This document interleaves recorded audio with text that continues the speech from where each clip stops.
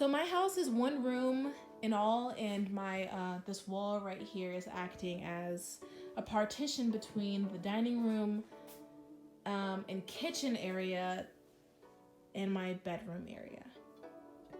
So this is the door to my house. Immediately to the right of it, you have my sink. I don't have running water here, so I put water in the top of this, and then I turn the nozzle and water comes out, and I have a bucket that collects it underneath the sink.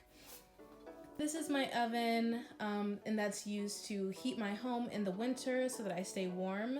The heat goes from the oven into the wall, and the wall gets very hot in the winter. And this contraption here, you can push it in or slide it out. That controls how fast the fire burns, like how much oxygen is being supplied to the fire. Refrigerator there, freezer in the bottom. This is my dining room table, and this is my tumpen. This is what I use to bathe.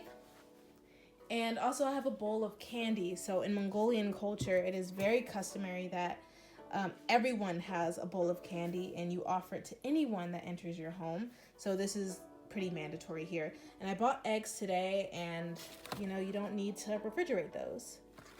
So those are my eggs. I did put some in the fridge though. So moving from my kitchen, you have my bedroom. I recently got these Christmas lights at a market in one of the big cities. Lights are extremely important to me, especially here when winters are so incredibly cold and it gets darker much earlier. And so I just want to show you what it looks like when the lights are turned off. It's just so pretty. Also, this coil here is used to catch flies. Here I have my heater. The school provided me with the heater, so that was very nice of them to do. I have some schoolwork here, some journaling things here, and some miscellaneous things as well. Here's my bed. It's actually a futon, so that's pretty cool.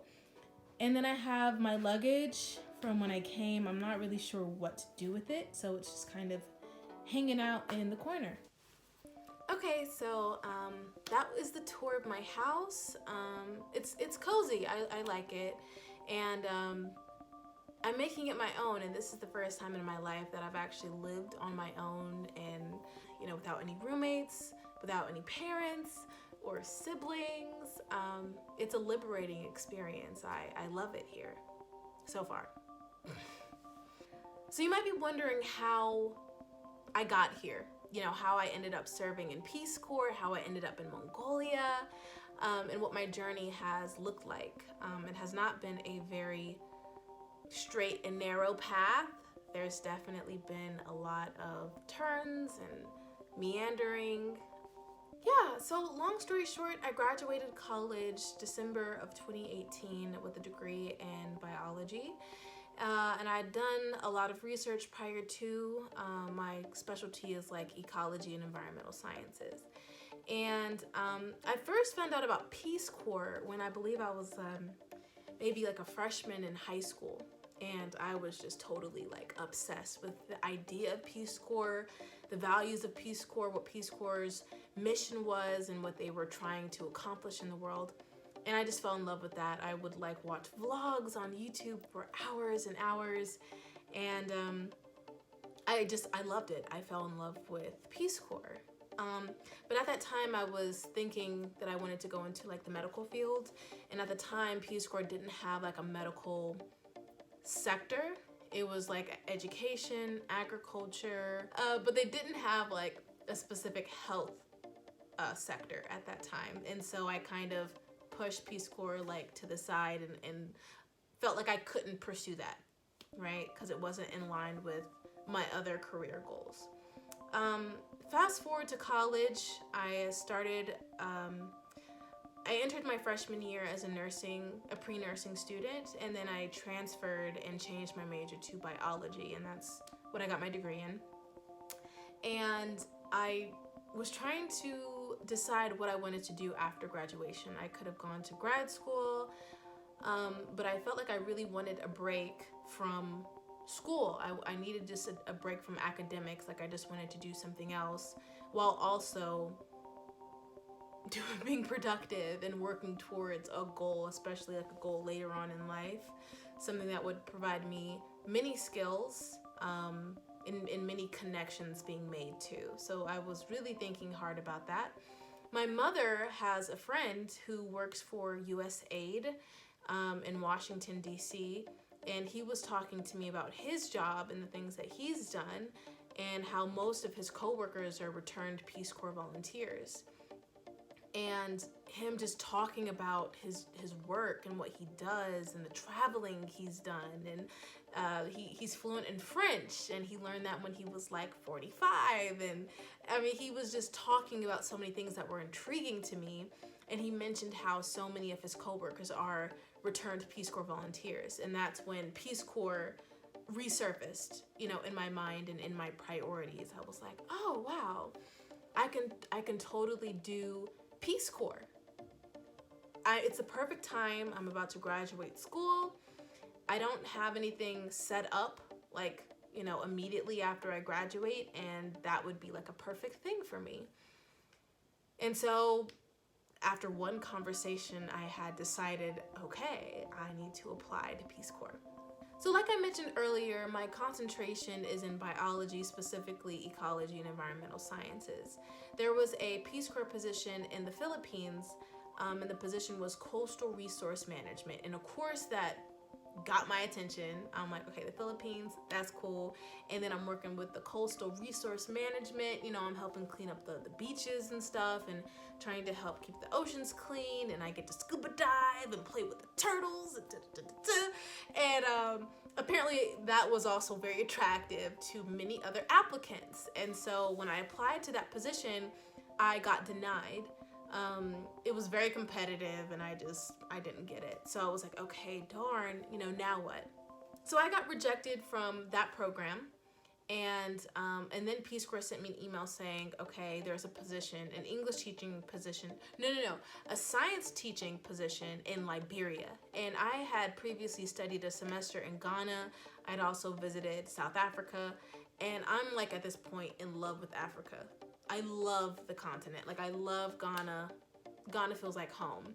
And so when they said Liberia, I was like, cool, I'll fit right in. I was already thinking about the clothes I wanted to get made and the fruit and the heat. Like, I was in love with that. I was so excited. Unfortunately, though, a couple months into the process, when I was attempting to get medically cleared for that, I was medically denied because if I were to get malaria, it would be dangerous, and so they were not going to send me to Liberia. And I am devastated at this point because it's 2 months before the departure date, and I was so ready. For the first 4 months, I was ready to go. I was so excited, and then I got medically denied. So that was tough. And now I'm just waiting to see if they have another opening in another country. Just trying to stay optimistic. A couple days go by, and then Peace Corps sends me an email saying that there is a position open in either Mongolia or Moldova for English teaching. And so it's not science related, but it's Peace Corps, and Peace Corps is all about flexibility.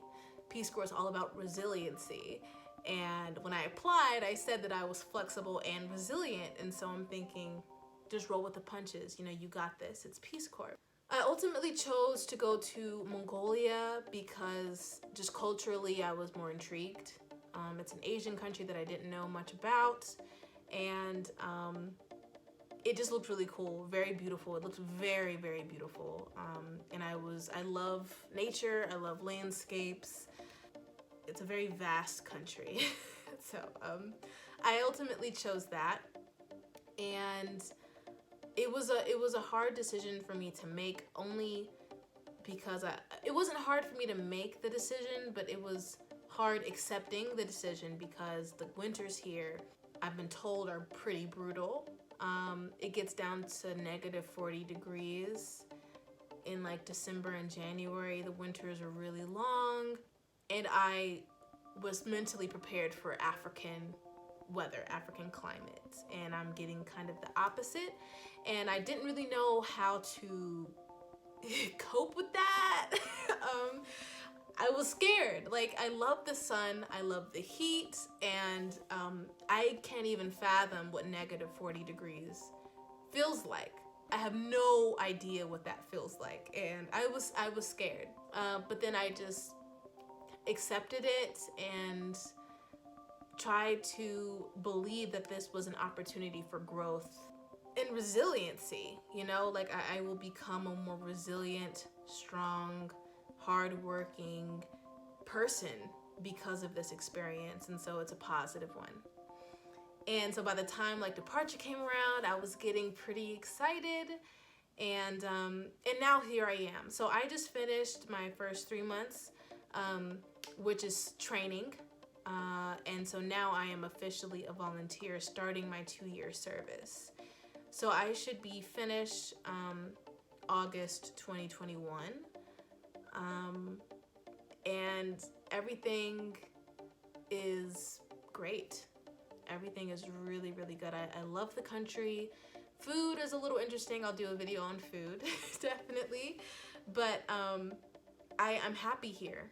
I'm happy here. There's already been a lot of growth, and it's a very serene country. It's just incredibly peaceful. Everything feels so incredibly intimate. My relationship with people, my relationships with nature, it just seems so intimate here. It's quiet. I'm enjoying it so far. So I've been here for almost 4 months, and I have 23 roughly to go, and I'm excited. Yeah, so thank you guys so much for watching. Again, my name is Kari Dawson, and I am serving as an English teacher in Mongolia for Peace Corps. And if you all have any questions at all, please let us know in the comments. I can talk about anything, whether that relates to my experiences as a Black woman in Peace Corps, as it relates to someone serving in Mongolia specifically, if it's like a culture question, or if you're curious about the research I conducted while I was in school and what I plan on doing after Peace Corps, I can talk about that. Thank you all so much, and I will see you guys next time.